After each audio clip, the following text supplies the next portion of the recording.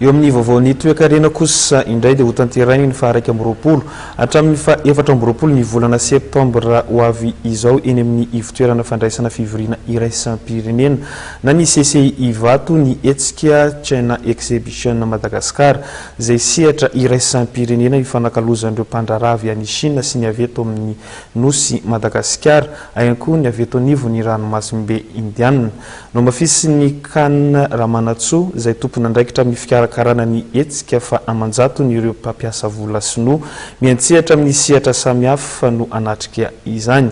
Ny hetsika dia eo ambany fitarian'ny filoham-pirenena malagasy ary eo ambany fiahin'ny ministeran'ny isan-tsokajiny ny masovoan'ny Chine ary ny EDBM.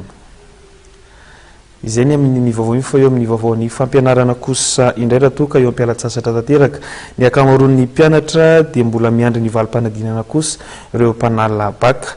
Raha ny vaovao farany voaray dia natomboka androany ny fandraketana Antsolosaina ny notin'ireo mpiadana.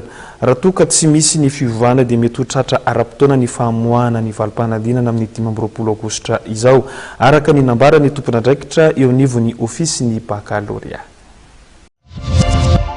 Nanomboka androany ny fandikanana noty ataon'ireo mpitsara ho an'ireo kandida niatrika ny fanadinam-panjakana bakalorea taona 2024. Araka ny vaovao voaray avy amin'ny biraonsana ny bakalorea dia nizotra tao anaty filaminana tanteraka ny famondrana ny noty izay dingana melohan'ny irosoana amin'ny fanapahana ny noty ambany indrindra ahafahana fanadinana. Eritreretina ho toto-tsaina amin'ny 24 Aogositra ho avy izao.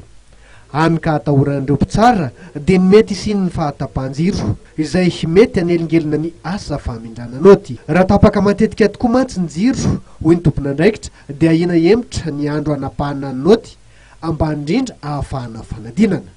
Etsy andanin'izany dia sady miroso amin'ny fitsarana ny kopy noho mamindra ny notin'ireo kandida ihany koa ireo mpitsara ho an'ny sampana teknika.